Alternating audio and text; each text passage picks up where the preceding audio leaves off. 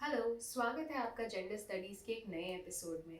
पिछले एपिसोड में हमने देखा था कि कैसे महिलाओं के पास अपने शरीर को लेकर फैसले लेने का और पूरा अधिकार है। आज के एपिसोड में हम देखेंगे कि फैमिली प्लानिंग क्या है और उसे हम किस तरह से कर सकते हैं।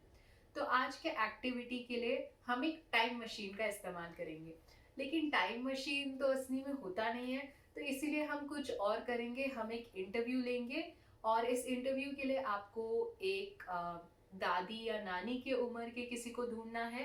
आपके माँ की उम्र के तो एक दो जनरेशन ऊपर, एक जनरेशन ऊपर, और आपके आसपास शायद आपसे थोड़े से बड़े अगर आपकी बहन या कोई है तो उन्हें भी ढूंढना है।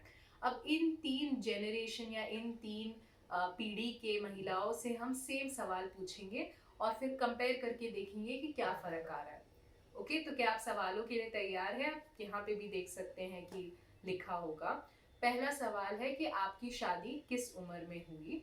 दूसरा, क्या ये फैसला आपने खुद लिया। तीसरा, अगर ये फैसला आपका नहीं था तो आपके परिवार कैसा महसूस कर रहा था। चौथा, शादी के बाद आपको बच्चे कब हुए। पांचवा, ये फैसला आपने खुद लिया या आपके पति के साथ या दूसरे परिवार के सदस्य भी मिले हुए थे। छठा, बाकी बच्चे कब और कैसे हुए। और आखिर में, क्या उन्हें सही से ख्याल रखा गया प्रेगनेंसी के समय पर। इन सवालों के अलावा अगर आप कोई और सवाल पूछना चाहे तो आप वो भी पूछ सकते हैं। ग्रेट, तो आपने जाके सब महिलाओं से बात की, तो क्या आपने कुछ देखा कि फर्क है महिलाओं के जीवन में अतीत में और अभी? तो आपके हिसाब से क्या आपने कुछ बदलाव देखे जो अच्छे की तरफ हैं या बुरे की तरफ हैं? शायद आपने कुछ जो ट्रेंड्स देखे होंगे वो ये होगा कि पितृसत्ता की वजह से जो महिलाएं हैं उनका कई बार रोल जो है वो सिर्फ एक माँ या एक बीवी या एक आ, बेटी बनने का ही रह जाता है और उनका कोई और अस्तित्व नहीं रहता। और अगर आप सालों से देखेंगे तो शायद हमें थोड़ी ज्यादा आज़ादी मिली है या थोड़ा और हक मिला है अपने शरीरों पर फिर भी हम कहीं ना कहीं रुके हुए हैं।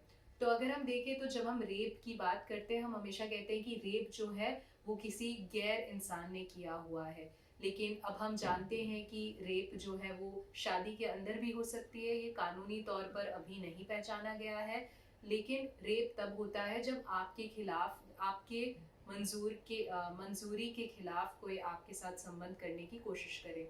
तो ये शादी में भी हो सकता है। शायद एक समय आए जब आपको संबंध करने का मन नहीं है लेकिन आपके पति के लिए आप करते हैं, आपके पति आप पे जबरदस्ती करते हैं। इन हालातों में अगर आप गर्भित होते हैं तो इसमें ना खुशी महसूस होती है, उल्टा और थकान भी महसूस होता है। तो यहाँ पे या ऐसी जगहों पे कई बार महिलाओं की जो शरीर पे हक है वो उतना सीधे तरीके से हमें समझ नहीं आता है या थोड़ा मुश्किल हो जाता है हमें जानना या परखना। दूसरी बात जो है वो फैमिली प्लानिंग को लेके है। फैमिली प्लानिंग का मतलब है कि महिलाएं जो हैं या कपल जो है साथ में बैठ के फैसला करे कि वो कब बच्चा करना चाहते हैं, किन हालातों में, और कुछ प्रश्नों के जवाब देकर वो सोच समझ के ये फैसला ले कि अब हम बच्चे पैदा करना चाहते हैं। जैसे हमने पिछले वीडियो में देखा था, गर्भ निरोधक के माध्यम से हम प्रेगनेंसी को रोक सकते हैं, टाल सकते हैं। ऐसी कई सारी सुविधाएं बनी गई हैं, तो उसके बारे में भी आप जानिए और पढ़िए। अब फैमिली प्लानिंग या बच्चा करने से पहले आप कुछ चीज़ें, कुछ प्रश्न जो आप ध्यान में रख सकते हैं वो यह है। एक, आपके और आपके पति के बीच में आपकी जो रिश्ता है वो कैसा है? क्या आप उनके साथ खुश हैं? क्या आपका रिश्ता स्ट्रॉन्ग है? ये पहला सवाल है। दूसरा, आपके पारिवारिक आय के बारे में।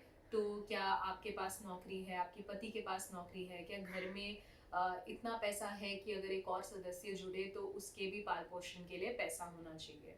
और तीसरा सवाल आप ये सोच सकते हैं कि आपके पास एक घर है जहाँ पे बच्चा सुरक्षित महसूस कर पाएगा या नहीं। इन सब सवालों के बारे में सोचकर जब आप मानसिक तरीके से, शारीरिक तरीके से तैयार है, तब जाकर ही बच्चा करने का फैसला कीजिए। हम कई बार बोलते हैं कि अरे इस कपल के बीच में प्यार कम हो गया है या झगड़े बहुत ज़्यादा हो रहे हैं, तो बेटा तुम जल्दी से एक बच्चा करने की कोशिश करो, इससे सब ठीक हो जाएगा।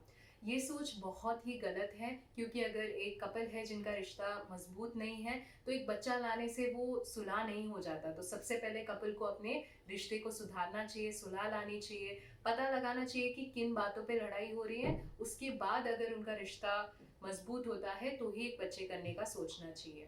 अक्सर हम इन चीज़ों के बारे में बात करने से डरते हैं, पर आप बेझिझक आपके आसपास के डॉक्टर को मिलिए, उनसे गर्भ निरोधक के बारे में बात कीजिए। अगर आपको कोई सवाल है उनसे पूछिए और आप अपने हिसाब से प्रेगनेंसी को आप डिले कर सकते हैं, टाल सकते हैं।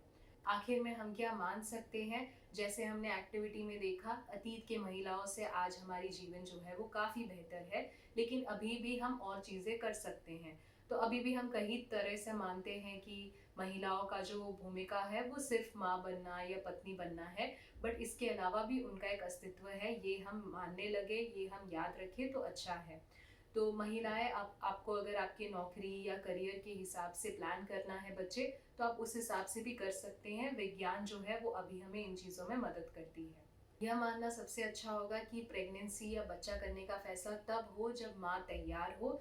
यही शिशु के लिए भी अच्छा है और माँ के लिए भी अच्छा है। अंत में, जैसे कि पिछले वीडियो में कहा था, आपका शरीर है तो फैसला आपका ही होना चाहिए। आप आपके पति के साथ या दूसरे परिवार के सदस्यों के साथ बैठ के इस पे बातचीत कर सकते हैं, लेकिन अंतिम फैसला जो है वो आपका ही होना चाहिए। फैमिली प्लानिंग बहुत ज़रूरी तरीका है आपके परिवार को और सुरक्षित और मजबूत बनाने के लिए। कई घरों में ऐसा देखा गया कि जब बच्चों को या प्रेगनेंसी को थोड़ा डिले किया गया, तब वह अपना जो इनकम है, पैसा है, वो सब मैनेज करके बच्चे के लिए एक बेहतर घर बना पाए हैं।